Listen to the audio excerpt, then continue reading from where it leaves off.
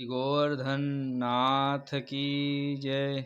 श्री वल्लभाधीश की जय। श्याम सुंदर श्री यमुने महारानी की जय। आज का विषय है प्रबोधनी एकादशी का पुष्टि मार्गीय गुड़ भाव। वैष्णव पुष्टि मार्ग में की रीति सो प्रबोधनी एकादशी का क्या भाव है वो हम आज सत्संग में जानेंगे। तो आइए वैष्णव दो घड़ी जिए। और ये प्रमाण ग्रंथ है श्रीनाथ जी सेवा रसोदधि। तो मैं प्रश्न, सर्वत्र कार्तिक मास स्नान करे तथा चातुर्मास हूँ ताको कहाँ आश्रय। जब मास ना मार्गशी होम कहियो गयो है, फिर या कार्तिक में कहा विशेषता है। कार्तिक मास में ना स्नान की क्या विशेषता है वो यहाँ प्रश्न किया है। उसका उत्तर, एक समय की बात है, शंखासुर नामक अति बलवान राक्षस હતો। ताने समस्त पृथ्वी तथा देवतान को जीत लीने अरु सबन को स्वर्ग सो निकारी दिए। तापर भी वाने संतोष न भयो। वाने देवतान को बल ऐसे वेद शास्त्र माने हैं। वो वेद को हरण करवे को उद्यम કર્યો। अरु ब्रह्मलोक में ब्रह्मा के पास गयो। वह समय चातुर्मास હતો। भगवान शयन करते हते। शेष साई के समक्ष वेदन ने अपनो आधिदेविक स्वरूप जल में प्रवेश कर दियो। असुर समुद्र में पहुंच्यो पर आपको वेद प्राप्त न भयो। यहाँ वेद बिना देवता लोग घबराए के शेष साई प्रभु के सन्मुख पहुंचे। अरु अनेक विधि सो स्तुति कीनी। तब प्रभु प्रसन्न हो आज्ञा किए, तुम लोग अश्विनी शुक्ल एकादशी के लेके कार्तिक शुक्ल एकादशी पर्यंत रात्रि के चतुर्थ भाग में स्नान गीत वाद्य और मंगल ध्वनि सो करी के स्नान तप दान साधन करोगे तो मैं शंखासुर को वध करी वेद निकाली के लाऊंगा। जो जल में वेद छिप गए थे उनको निकाल के लाऊं। जो या मास में स्नान दान करेंगे 300 में प्रसन्न होंगे।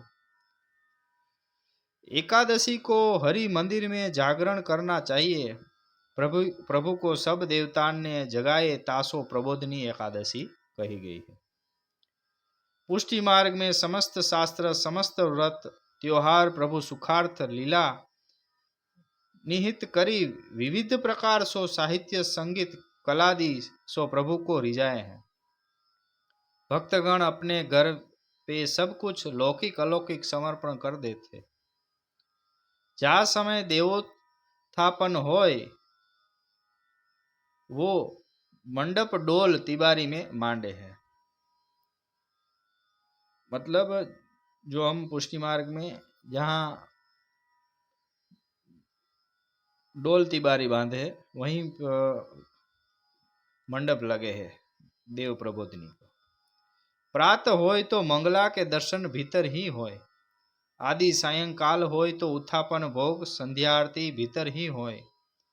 मंडप सुवासिनी बहु बेटिया मांडे ताय कोड़ी कहत है। या कोड़ी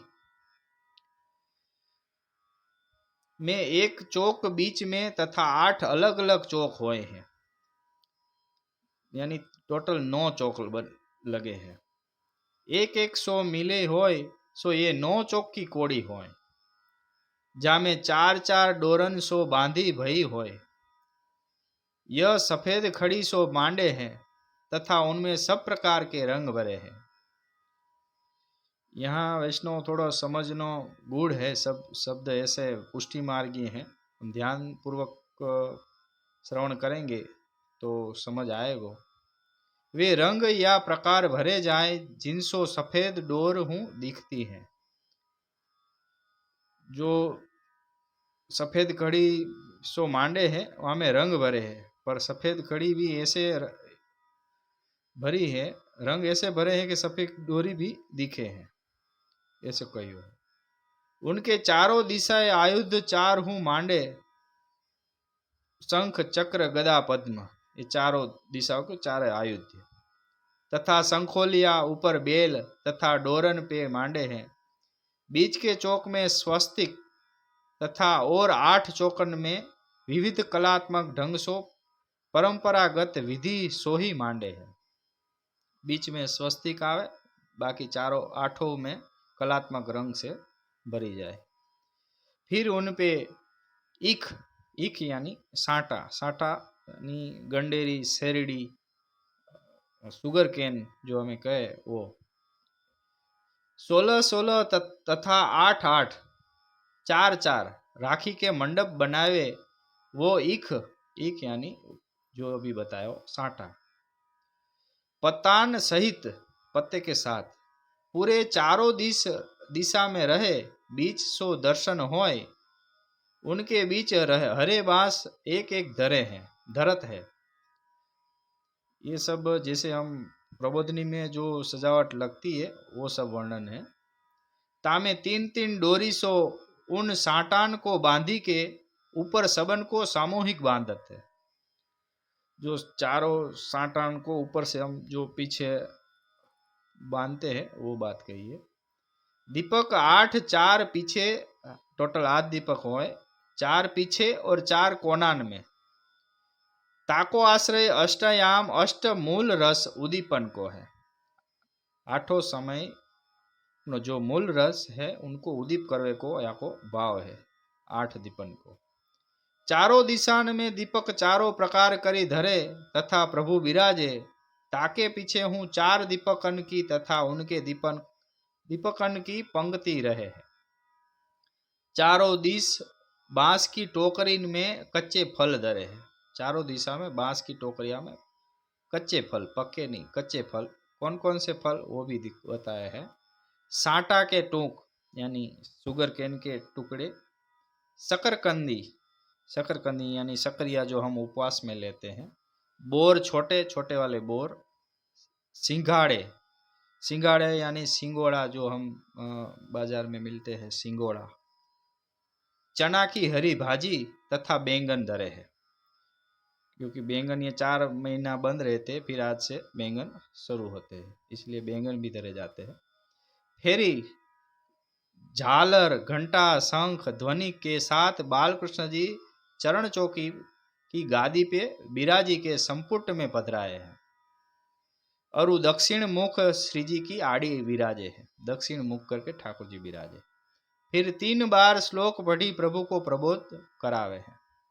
फेरी पंचामृत स्नान होय, पंचामृत होय, तिलक होय, संकल्प करी तुलसी समर्पित, दूध, दही, बुरा, शहद, दूध, पुण्य, शुद्ध जल सो अभ्यंग होय, चंदन सो स्नान करी बिराजे। फेरी गदर उठावे, गदर उठावे। अन्य घर में भी भोग आवे है।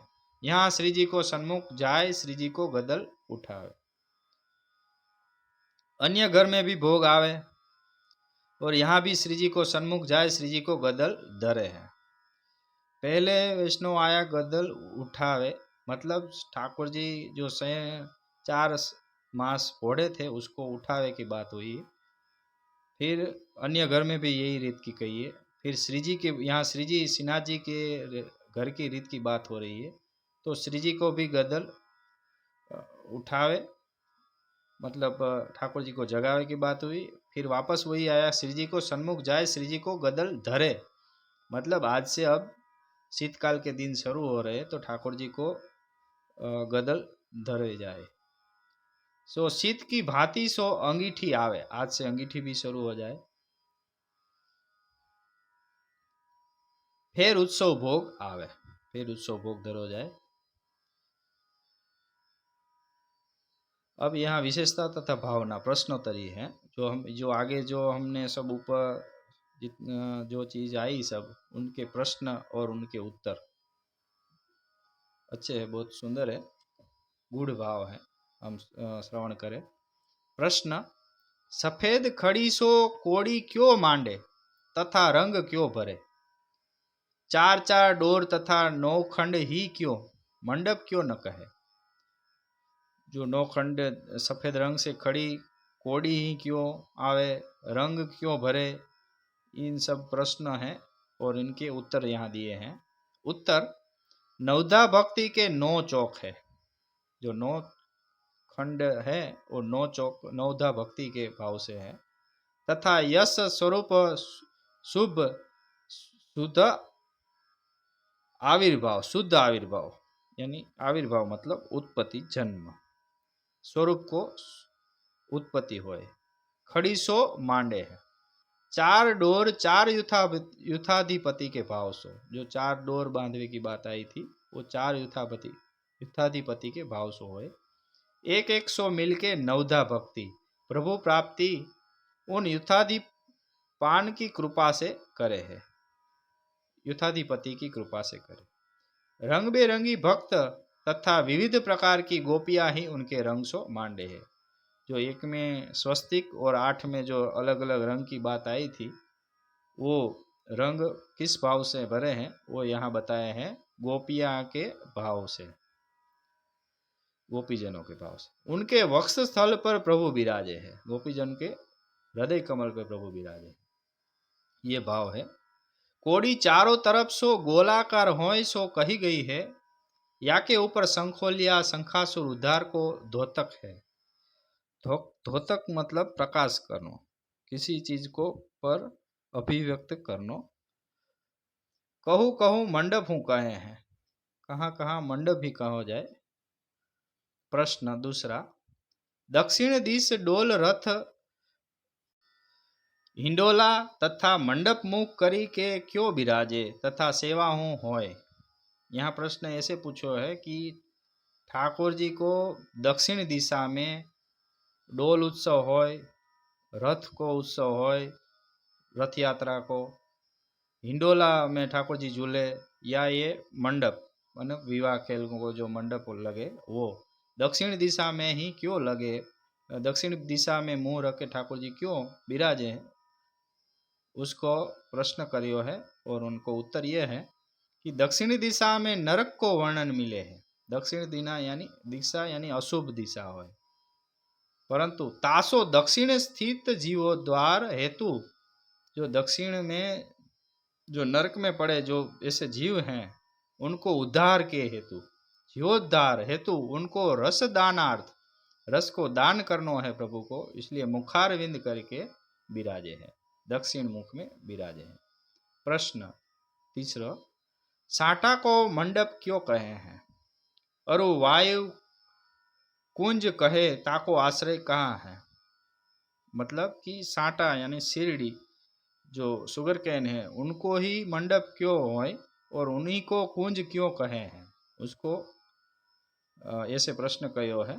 उनको उत्तर यह है, गंडेरी साटा रसमय है, मतलब शिरडी शुगर कैन बहुत रस रूप होते हैं, ताके सर्वांग में रस है, पूरे ऊपर से नीचे तक रस से भरे हुई होती है। आज सो रस लीला मानादि लीला आरंभ होए है, आज से शुरू होती है ठाकुर जी की रस लीलाएं। सो ये साटा को भाव बता रहे हैं। अरु साटा के मध्य जो ग्रंथि हैं ताके खंडिता की वक्रोक्ति आदि अनेक भाव है, बीच की गांठ को भी भाव बताया।